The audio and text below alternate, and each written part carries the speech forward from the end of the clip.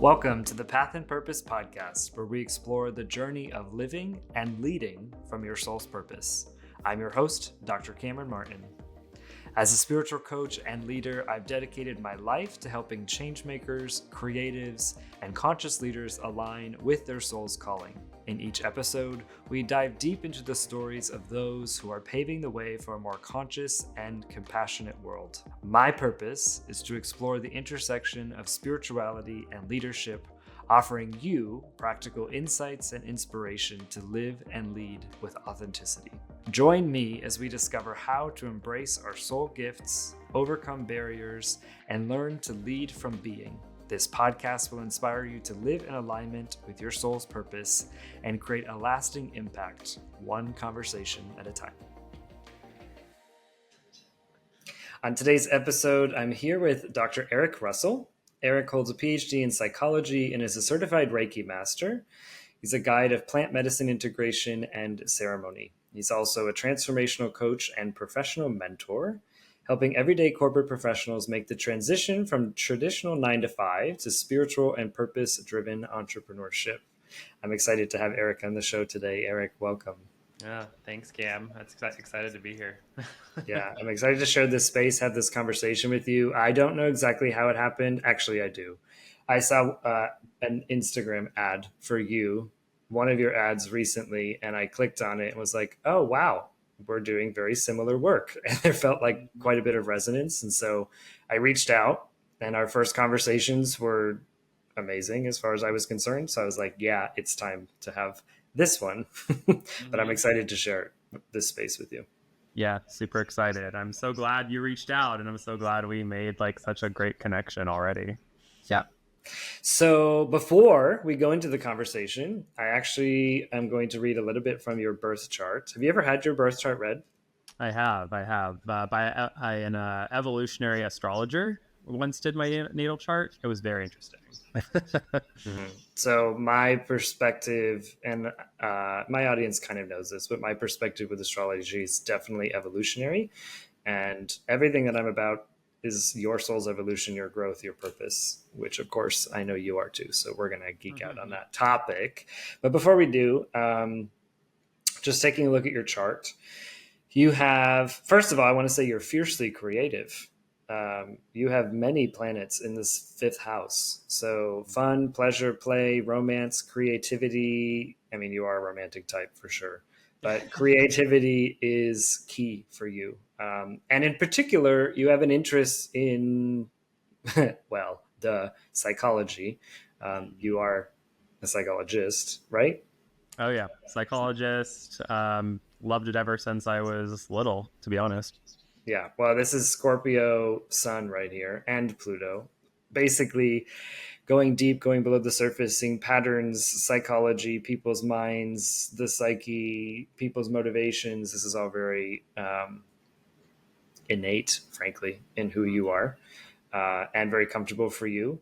You are someone who seeks quite a bit of harmony in your relationships. Your relationships are extremely important to you. Romantic and otherwise, but partnership, whether that be in business or whether that be in relationship or whether that just be a close friend, is really important to you. You can put a lot of time and energy into your relationships and a lot of your mental capacity there as well.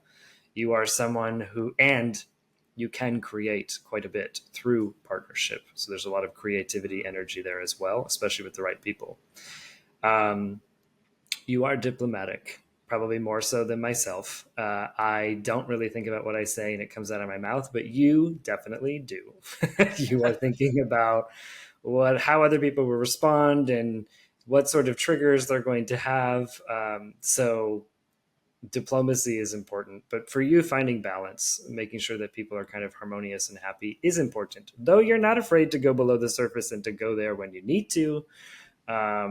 I think there's just a strong depth of understanding people, and you like to sort of take care of people in that sense.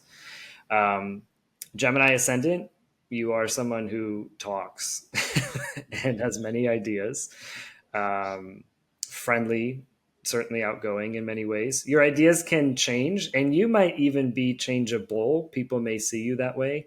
They might catch you one day and you're a certain way, and they might catch you another day and they're not, or you're not the same way. So maybe you're really friendly and outgoing one day, and the next you want to be completely left alone. But one of the strengths, I would say, of your personality is that you're quite adaptable in many ways. And most people think that you are, and you're very easy to talk to. People have random conversations with you in the elevator, on the street, whatever. And because of all of your other signatures, they're probably spilling about their entire lives to you very, very easily. You are someone who has a strong sense of self, and you are very nurturing in many ways. Your biggest lessons in life actually have to do with, they do have to do with your voice, but they have to do with teaching. And you are someone who has had many experiences in past lives on stage. I can say it this way: on stage or in the spotlight. There is a charisma about you in the way in which you communicate. But in this life, there's so much wisdom that you have bringing forth that you're meant to share it with the collective. You're meant to teach many, many people with what it is that you have. And it's not so much about Eric being in the spotlight, although you will be. It's more about you being of service to humanity and to others at large with the wisdom that you have. And I'm speaking about philosophies here and systems of thought and belief systems, and helping people really shift that. Your work on this planet is definitely, I mean, it's your midheaven's ruled by Pisces. So your work is definitely of a spiritual variety, of a subconscious variety, helping people to tap into more of their intuitive, internal self. And yeah, I'm really excited to have this conversation with you. So how did we do? I felt like I was red. That was very, very accurate. I've blown away. But very similar to the natal chart reading I had. She basically, the woman who read me, basically described that I am very approachable. I am like I have this like balance between like the scorpionic nature, but also the Libra, all of the Libra kind of balanced, harmonious energy that's around me. And I kind of bring that into my everyday interactions with people.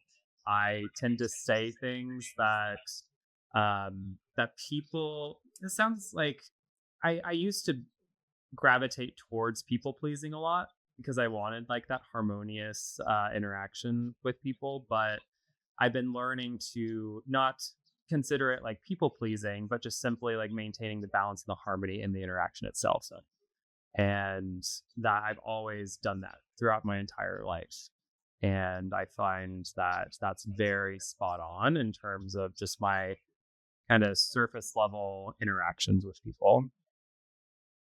Something else just kind of came to me as I was looking at the chart and as you were speaking. Before we got on and hit record here, I was making comments about your social media feed, which you all can find the link to in the show description. But I was commenting about the aesthetics and how important aesthetics are to you. And looking at your chart, they are. You have many planets in Libra in the 5th house.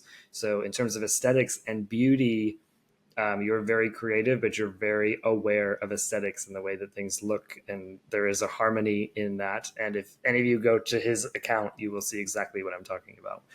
That comes through very naturally, very strongly, actually, for you. Yeah.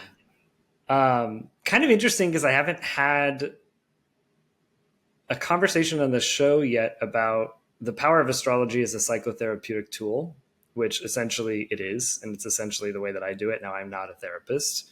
I am an astrologer and deeply intuitive one at that. So I'm doing very similar work, but not licensed in that way. But what a lot of people don't realize, many of my listeners probably do now as they're starting to hear these episodes, is that the birth chart is an extremely powerful tool for understanding who we are, why we're here, yes, but also, and there are things, by the way, I can see in your chart that I wouldn't necessarily say to an audience because it's intimate and it's important, but and it's vulnerable. everybody's chart has patterns, limiting beliefs, or patterns of limiting beliefs, patterns of behavior, all these kinds of things that can be exceptionally powerful if a therapist knows what to do with that. And actually, Carl Jung was not well known for this, but in certain circles he was. I've read through his journals because it was part of my dissertation work. He was an avid psychologist. He was an avid astrologer. And there was much to suggest that the split between him and Freud had much less to do with psychosexual theory and had much more to do with astrology. And the fact that Freud was like, no, and Jung knew and would never see a client without their chart. Very interesting. I also feel like the chart, our natal chart, really describes how we go about the world, maybe on the subconscious level. And I mean, Jung is all about like the collective unconscious or like the subconscious. And it just like, it's kind of cool that you made that comparison between like him and like astrology and like how he is like an astrologer. Because I do feel like when we read someone's chart or understand ourselves through astrology, we may not be aware of all of those things that may describe us that we do all the time. But then astrology gives us that window into understanding like ourselves on at the like unconscious level. Yeah, absolutely. And it can be an exceptionally powerful tool for understanding dynamics between people, which is one of the ways in which I use it with my clients. I won't say too much, but I did look at our dynamics together. So I did a synastry, a composite chart actually for the two of us. And I was like, whoa, there's lots of opportunity for professional expansion, professional growth. And I was like, there's probably some work that him and I have to do together. And we're doing this now. So that's step one, of course. But I was like, wow, this is really interesting. And the power of that is quite similar in the sense that, or similar, but it's an extension of what you just said. I have an energetic signature. You have an energetic signature. When we come together and interact in that space, there is an energy that is sort of formed between the two of us in that space. And astrology can help us to understand what that is. So that will come alive in our conversation for everybody who's listening. But let's start this episode. I'd like to ask you about you. So tell me about the beginning of your spiritual journey and your awakening. Yeah, for sure. So I would say I started my spiritual journey actually very early on. I would say I was a spiritual child. Like when I was 6, 7, 8 years old, I was so interested in the spiritual realms, like collecting crystals, learning about auras, like wanting to go to psychic fairs with my mom because my mom was very spiritual herself, and she had that natural interest. And so she was also a painter, so she was an artist, so she kind of gravitated towards like that realm all the time. And she noticed how I, as a little kid, was very interested in like everything that she was learning and doing. And my mom was even a Reiki practitioner because she did massage also. So she was like this artist, this massage therapist, really in tune with like her body and holistic practices. And so I was just naturally very interested in all of that stuff. And so I think my mom was one of the important pieces in my life that allowed me to embrace spirituality and mysticism in the best way when I was little. But I think once I went into going into grade school and middle school, high school, college, I lived in conservative Texas, like most of my life, most of my upbringing. And so a lot of it was very conservative Christian. And so a lot of people weren't really that receptive of new age philosophy where I was, especially like going like in middle school. Like I can't really, like I didn't feel comfortable talking Like about you didn't bring your backpack of crystals to school. Right, exactly. So I had to be a little bit more guarded and not kind of bring up all of that stuff all the time for like fear of, getting made fun of or whatever it may be. But going into grade school and college, I still had this very natural inclination towards learning about psychology and the human mind, as you like referred to in like my chart. Always was interested in learning more about other people, and so I think I dropped spirituality for kind of learning more about psychology during that period of time.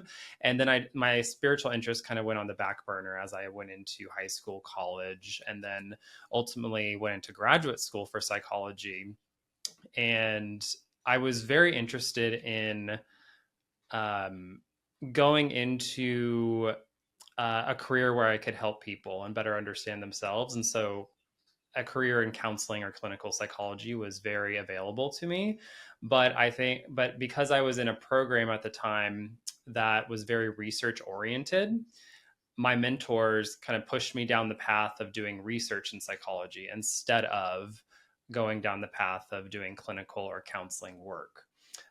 Because I was still interested in doing research. I was still very fascinated with all the experiments people would, or the studies people would conduct in psychology. That still interested me. So I went ahead and went down that path. And it came to like midway through graduate school, I had a choice of either going down the path of becoming a professor in psychology and doing a lot of teaching, or going into industry and working for like any sort of company looking for research support on their teams. So at that point, I I had a lot of student debt. I had just a lot of anxiety around where my life would ultimately end up if I did choose the professor route, as that, route is actually very not only competitive, but there's only so many of those positions in so many like cities around the United States or in the world.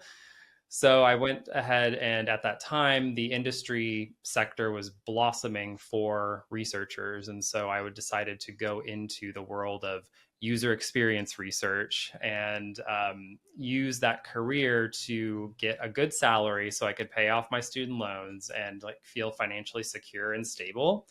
But also move to a place where I'd always wanted to live, which was California. So I was able to move out of Texas and head over to California to work at Facebook, which was probably the biggest social media company, or still is at the time. And so I worked in industry at those tech companies for a good amount of time. And I guess like it was good for a while, but after working there for maybe like 3-4 years in the tech sector, I just kind of questioned myself and wanted to know like where I was headed, like where is this even taking me? I don't feel that much of a passion for my work anymore, just because it just felt so removed or divorced from my original intentions, which was to help people, and help people better understand themselves. And so, and during that time, it was right around the period of we went into the pandemic into 2020. That's where I had my more or less my spiritual reawakening, where all of like my interests from my childhood came back and kind of informed like what I feel like I should be going, like what I should be doing, or how I should be, charting the next like few years of my life. And through that process, I started learning that, what, like I feel like I need to relearn, more around like spirituality and how it fulfills me and how it can have a tie to my interest in psychology. And so that's what led me to pursuing coaching and pursuing the healing arts. And also at that time, my spiritual awakening was catalyzed by my use of plant medicine, ayahuasca, psilocybin, MDMA. Like these medicines allowed me to reconnect to who I really was, the part of myself that I had pushed down for so long, um, in hopes of, feeling more stable or more secure, or just like simply pleasing other people, as that was kind of like been a pattern for me for years, is like this kind of people pleasing energy, where I wanted to constantly, my mentors would say, you should do this, and I'd be like, okay, let's do it. And so I was constantly seeking that kind of external validation from others, and it kind of diverted my path too much to the realm where I was just working in a job that I just didn't really care for anymore. And that's what really pushed me into exploring coaching and the healing arts, and how I can create a new career for myself outside of tech and outside of the corporate world, because I know for a fact that that's not where I'm meant to be. And so that's kind of like my story of how my spiritual awakening kind of caused all of this to happen. Thank you. Yeah, we're going to go back to several points here in the conversation that you just mentioned.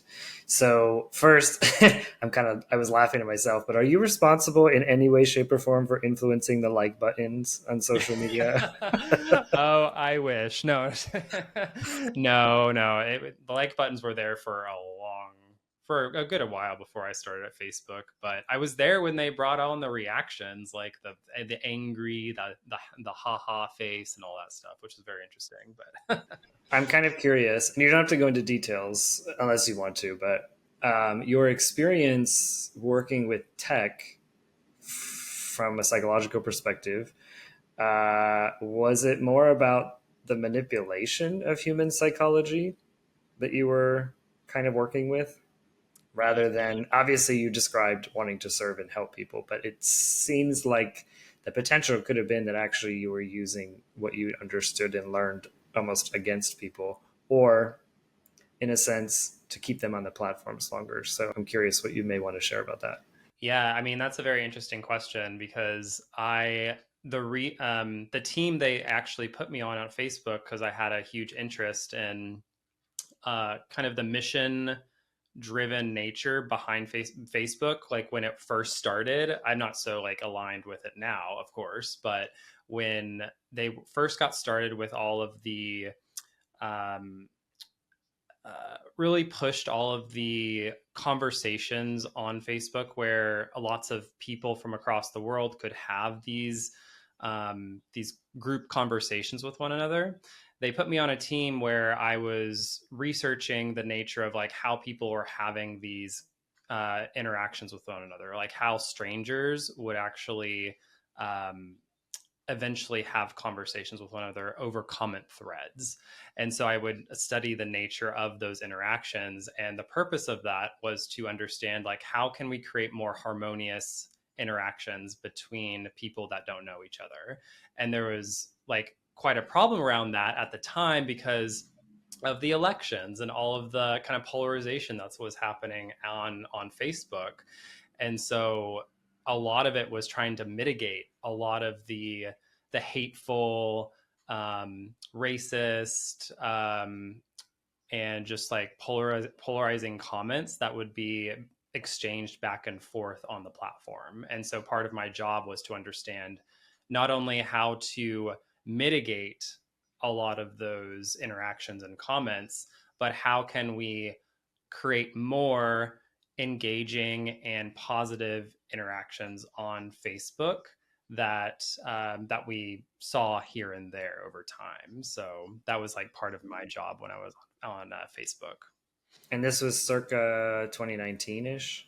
This was circa 2017 to 2019-ish. Okay. What I hear is you say that is, censorship and manipulation. But of course, whatever. But there's a lot of resonance in what you're sharing there as far as misalignment.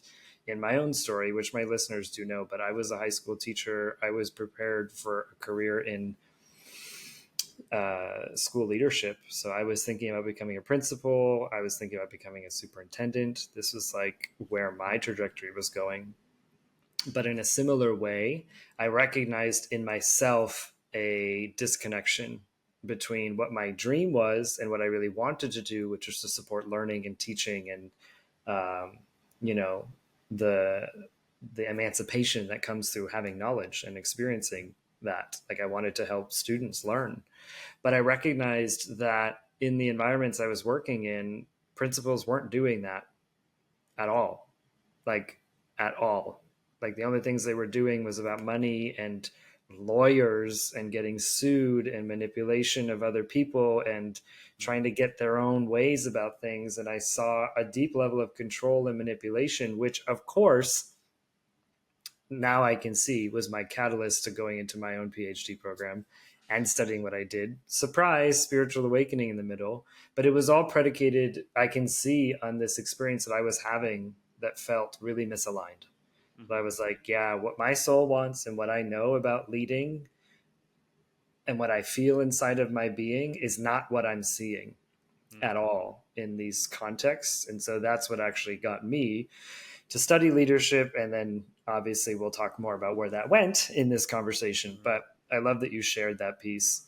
I am curious, because I don't want to step over this. There was a period of your life where, I want to call you the spiritual kid, left that for more of the perhaps scientific mind, the psychological perspective, which of course much of psychology is sort of, at least in the clinical sense, is pretty scientifically focused, not necessarily spiritually focused. But I'm curious now how you see the intersection between psychology and spirituality. And do you see an issue between, you know, the things you've learned scientifically and what you know to be true as a spiritual being? I just want to create a little bit of space here for you to maybe build that bridge, because I imagine that had to happen within yourself to do anything that you're doing now. Mm-hmm.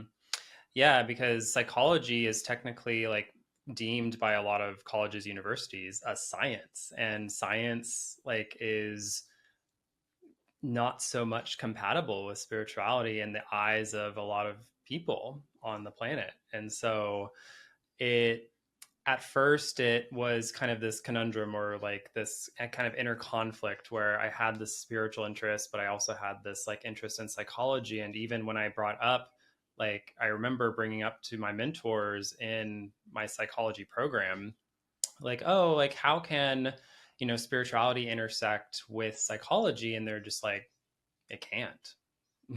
Interesting. Wow. Yeah. See, fundamentally, I see a connection, but yeah, that's totally interesting. Yeah. So just by those initial interactions when I went into my psychology program, and granted, this was in Texas, and so they have their own views over there, but I felt that I couldn't really combine them. I had to choose one or the other. And so that's why I kind of discarded the piece around the kind of piece of my soul or my interests around like spirituality. I had to really discard that for a more practical life. And so I wanted to pursue like that and going into college and like taking up that kind of area of study. But in my own experiences now, I just see them as so interrelated. Like, you can't really have one without the other, in my opinion. Now they're so interrelated. In fact, like like even watching, like, because I watch tons of shows on Gaia TV, and they're constantly trying to bring in like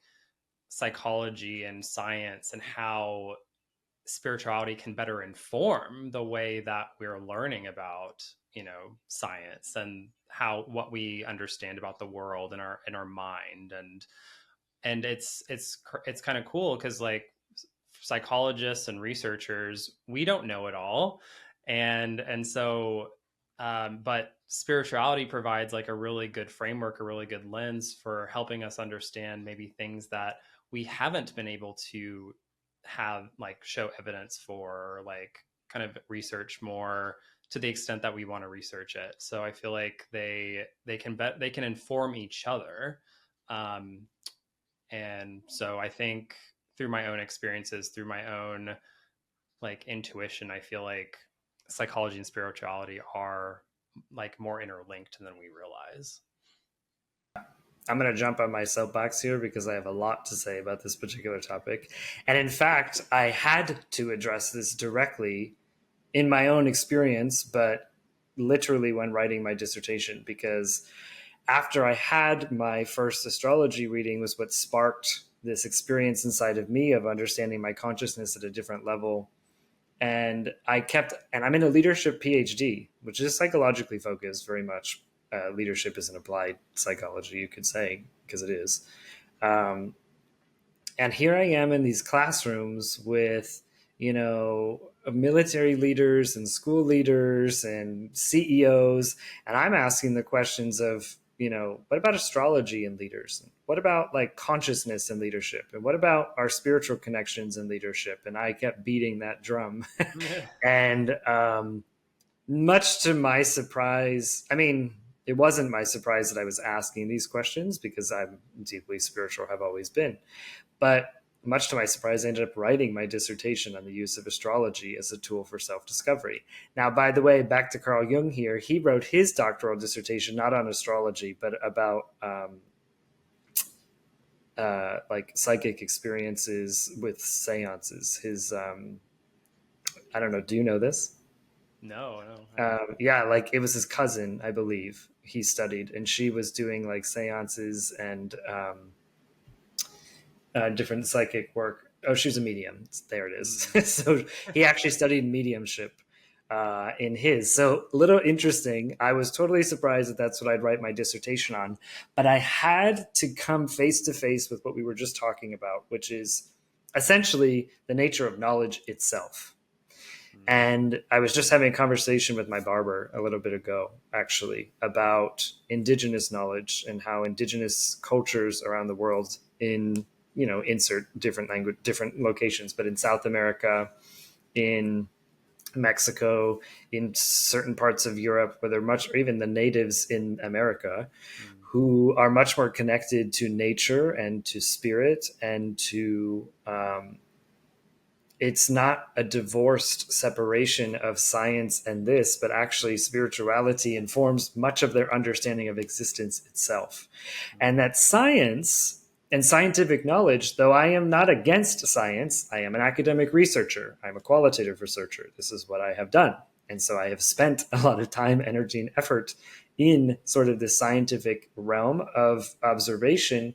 But the assumptions that we make about the nature of reality and the nature of existence is limited when we look only through the lens of science. Now, my listeners aren't going to be surprised, but if somebody else is listening, like, wait a second, does he say science doesn't exist? No, it's not what I'm saying.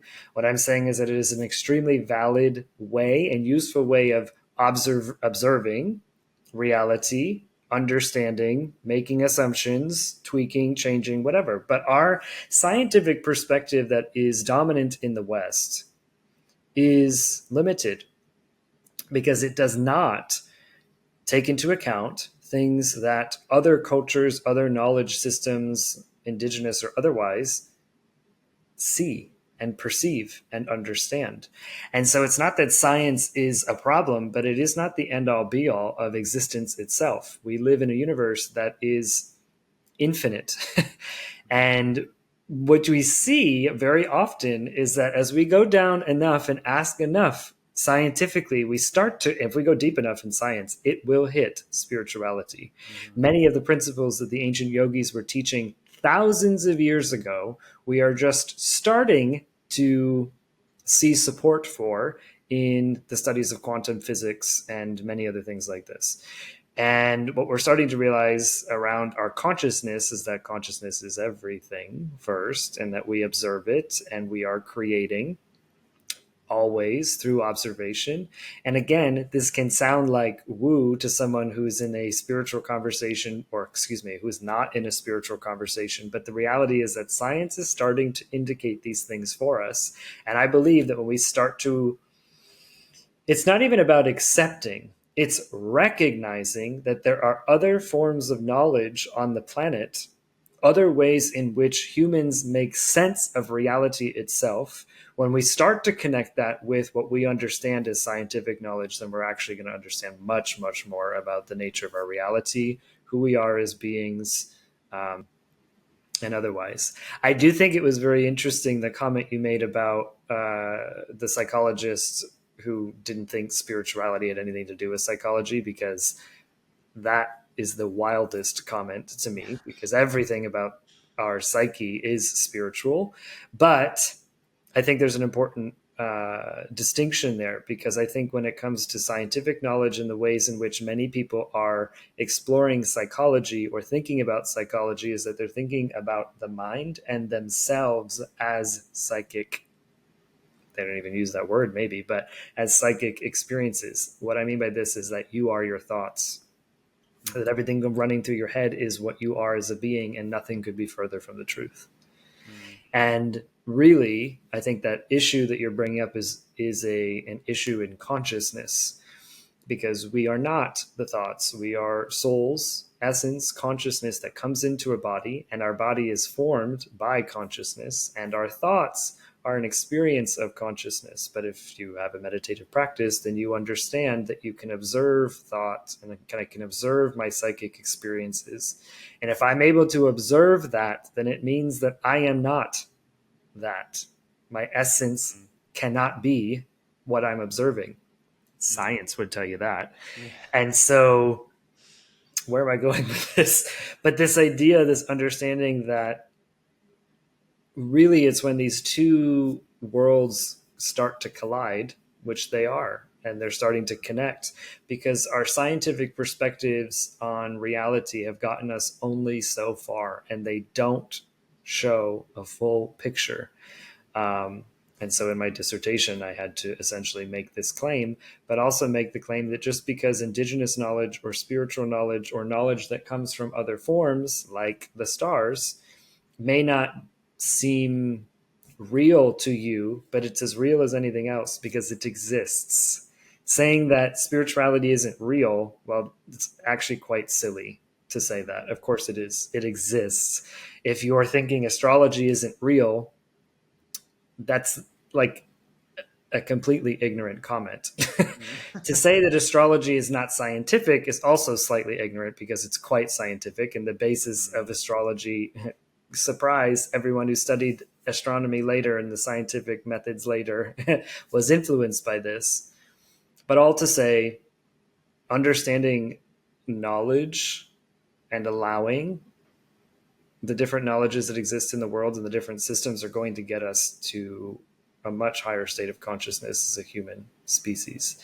Anyway, there's my soapbox, but I wanted to say that about science and knowledge itself. Hey there! If you enjoyed the astrology reading at the start of today's episode, imagine how insightful a personalized reading could be for you. In my one-on-one astrology sessions, we dive deep into your unique birth chart to uncover your soul's blueprint and gain clarity on your soul's journey. Whether you're seeking guidance in your personal growth, exploring your soul's gifts, or wanting to understand more about your life's direction, an intuitive astrology reading with me can offer profound insights for your journey. If you're ready to discover what the stars have to say about your soul's path, head over to yourpathandpurpose.com/astrology readings to book your session today. Yeah, I mean, that's super profound. And also, science is limited to what we can actually measure. And if we can't really measure it, at least not right now, then we can't really provide evidence that whatever that is, exists. And so, and how can you measure the infinite? Can't. So now I'm very interested. We've had a conversation previously where you shared about your experiences in plant medicines, and that I essentially heard you, saw you, understood you as shaman. That's not, I can see your response. I know you don't like that and you don't feel it, but there is that signature in you. Anyway, I'd like for you to, whatever you'd like to share about your experiences with plant medicines and how that has helped you understand and maybe even build this bridge, right, between science and that. Because there are people who will say, well, wait a second, your experiences on plant medicine, that's just bullshit. That's not scientific. That's not real. But it's part of your psychic experience of self. So anyway, I'd love for you to share what you'd like about your experiences with plant medicines and how you've seen them help you, but also how you see sort of the benefit in supporting others. Yeah. And like I said, the plant medicines were essentially the catalyst to my awakening process. They allowed me to better understand who I am at my core. They allowed me to tap into the spirituality, the mysticism that I long forgot. And even though like they're completely subjective to me, my experiences, they felt so real. Like when you go into a plant medicine experience, you honestly feel like it is as real as this reality. So, like, whatever you experience in the plant medicine experience, you may experience spirits, you may experience like different, like, colored shapes, or the way that, like, the clouds are like forming into different kind of characters, or whatever it may be. That is very real to the participant that is experiencing the trip. And so we can't really discount their experience, because they're experiencing a level of reality that we may just not be attuned to. Because Well, some would argue it's more real and that we're dead ass asleep in this 3D physical realm and that there's actually more to our existence than. yeah, exactly. And so that's plant medicine essentially gave me that perspective and gave me that level of wisdom. And so that provided me like the clarity I needed to really embrace spirituality and mysticism. Because if like I felt like if those things are like that usually that I can't perceive are happening all the time around me, then I can go about my life and really know and have conviction that there is more to this reality than what meets the eye. And that's like the really empowering thing about embracing the mysticism and spirituality, and holding like a spiritual practice. And so that's why I loved my experiences with plant medicine, and how I feel like they can be such incredible tools for healing and allowing people to gain a better perspective on their place in reality, what they can actually be doing, as far as like, what they feel like their unique contribution could be to the world, what they can go into as far as like their purpose or their dharma, or like what they can actually bring to the table in this life. I feel like plant medicine is like a key that can help people unlock a lot of that, and transcend a lot of the blocks that have gotten in their way of being able to do that for themselves. Now, do you think plant medicines are appropriate for everyone?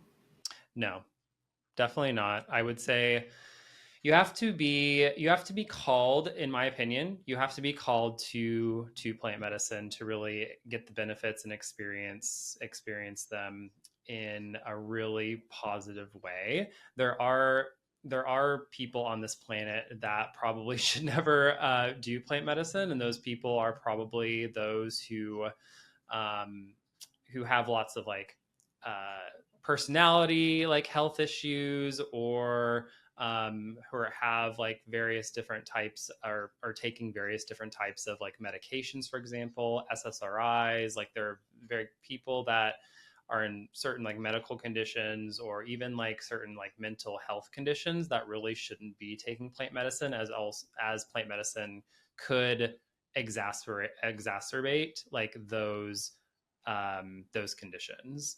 And so we have to be really careful around who takes plant medicine, who's called to it, and have like a very um, like comprehensive intake process for whoever is interested in doing plant medicine.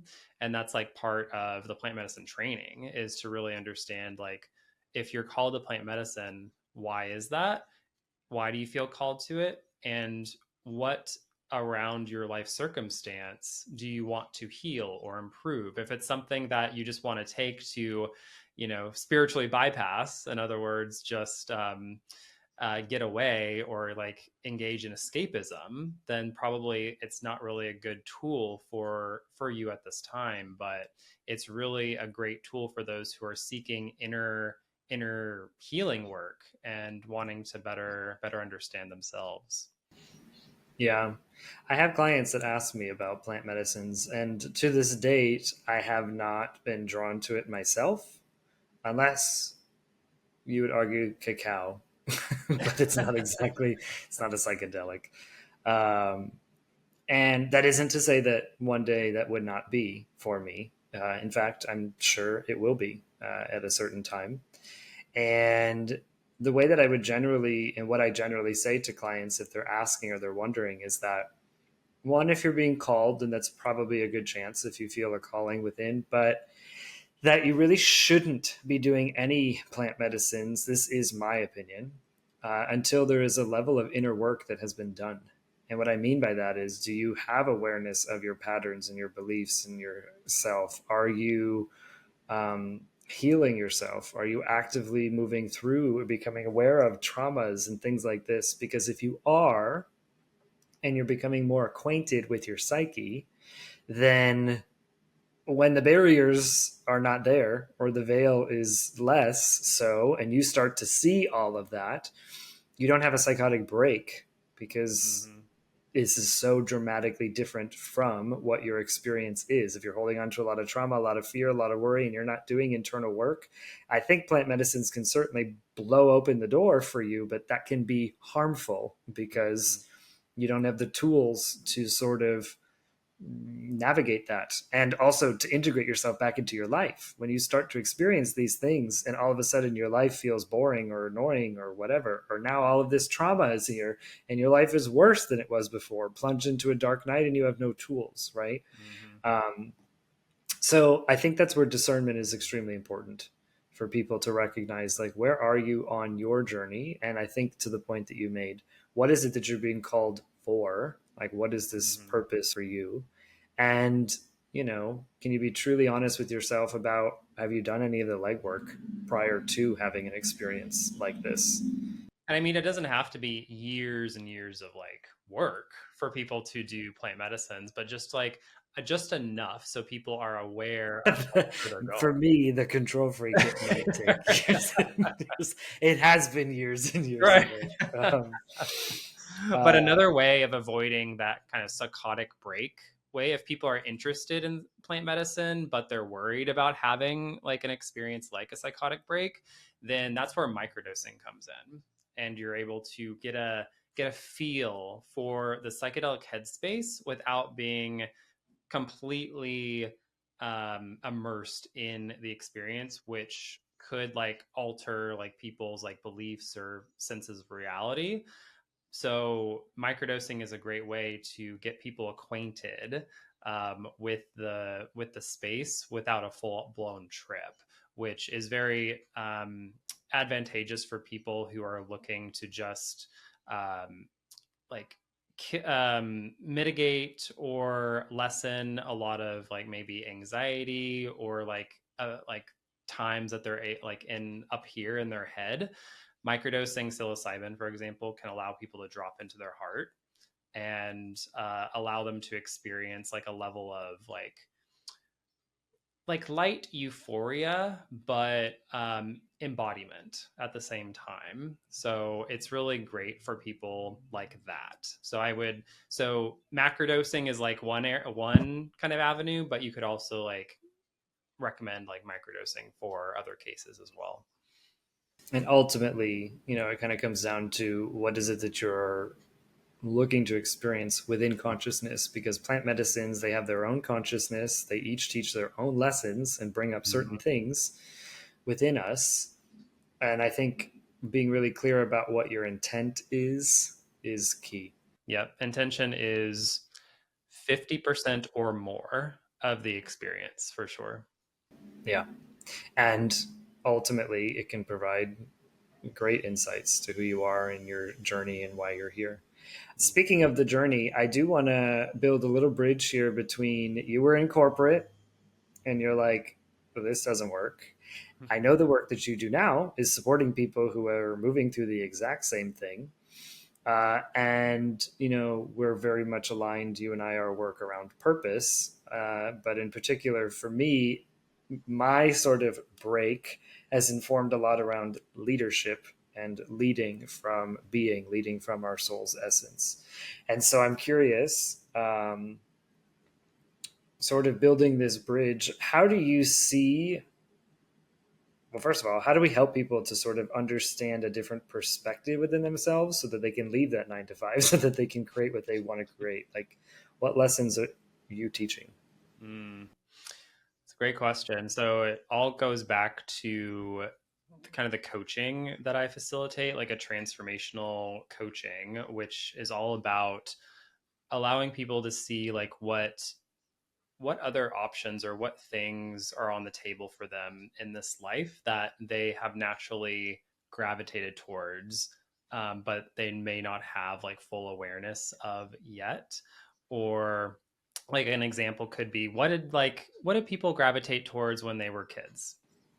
And that could provide Buses, but I never became a bus driver. like, but it's like very symbolic in nature. Because, for example, I gravitated towards um, things like animals. I was very gravitated towards animals, but that showed me that I've been very like a caring soul who's like cares about like the well-being and nature of like other things.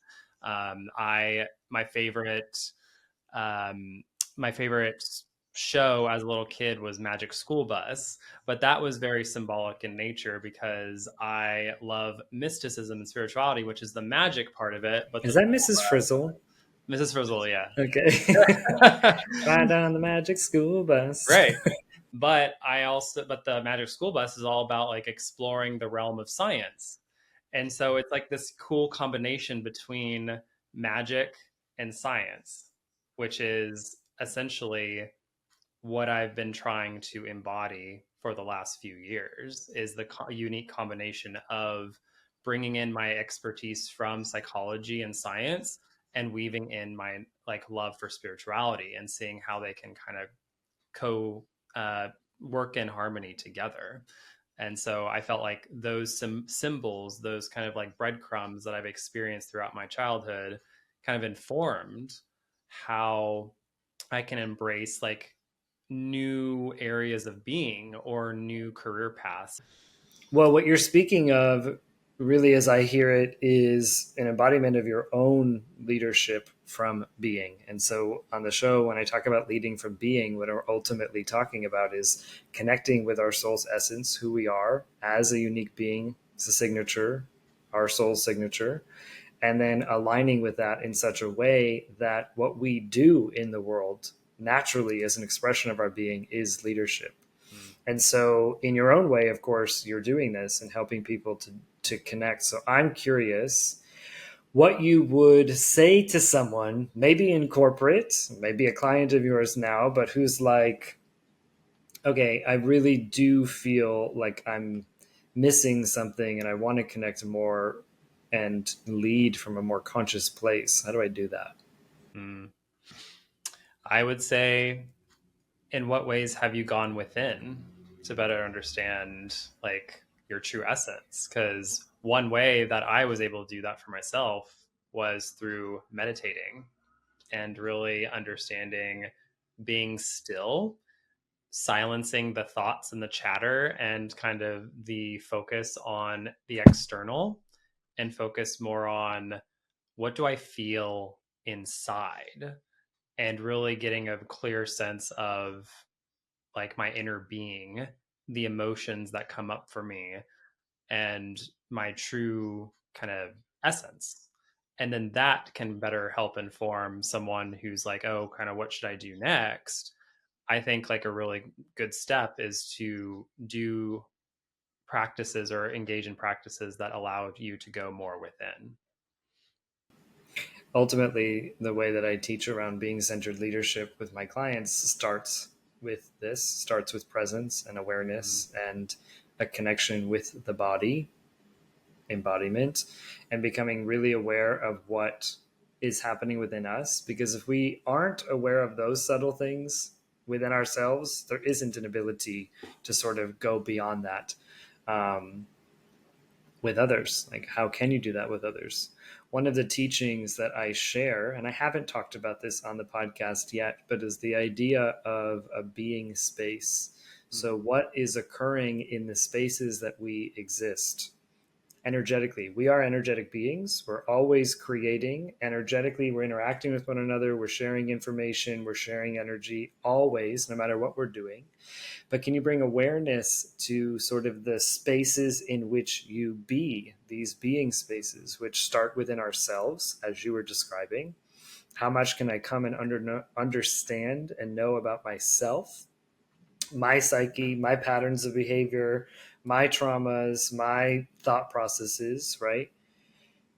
Understanding that I'm creating and I'm co-creating with the universe, my own internal experience. And then how can we see the being spaces between myself and another? So like you and me in this conversation, what's present energetically between the two of us? What are we co-creating together by being present with one another?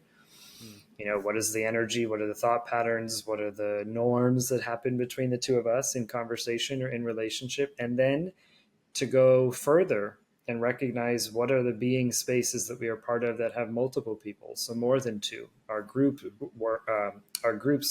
at work, our teams that we're a part of, families, cities we might be a part of, the country we might be a part of. Understanding that because we are energetic beings, we're always creating something and co-creating with others. So if we can bring awareness to these spaces of being that are around us all the time, then we can start to lead in a more conscious way. So this is kind of a fundamental teaching of the work that I do. And so I'm curious also how that resonates for you and how you see leadership as an extension of being. Yeah, I mean, one can't really lead unless you really start to understand the space in which you're holding like the energetic container. And so leaders, in my opinion, have to hold a really large energetic container. They have to be aware of their own being space, but they also have to be aware of those who wish to understand them, or wish to like understand their teachings. And so it's just a matter of how can we as leaders not only be okay and understand our being space and really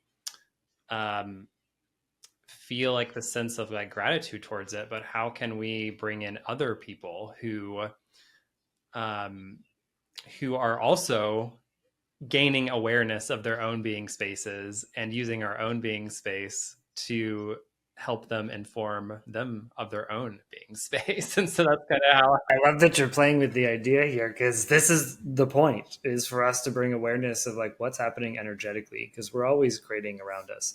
And of course, if you're listening to the episode and if you're listening to this part here, you know, we're actually very much not addressing an old paradigm of leadership, of manipulation and control and trying to influence and trying to make things happen.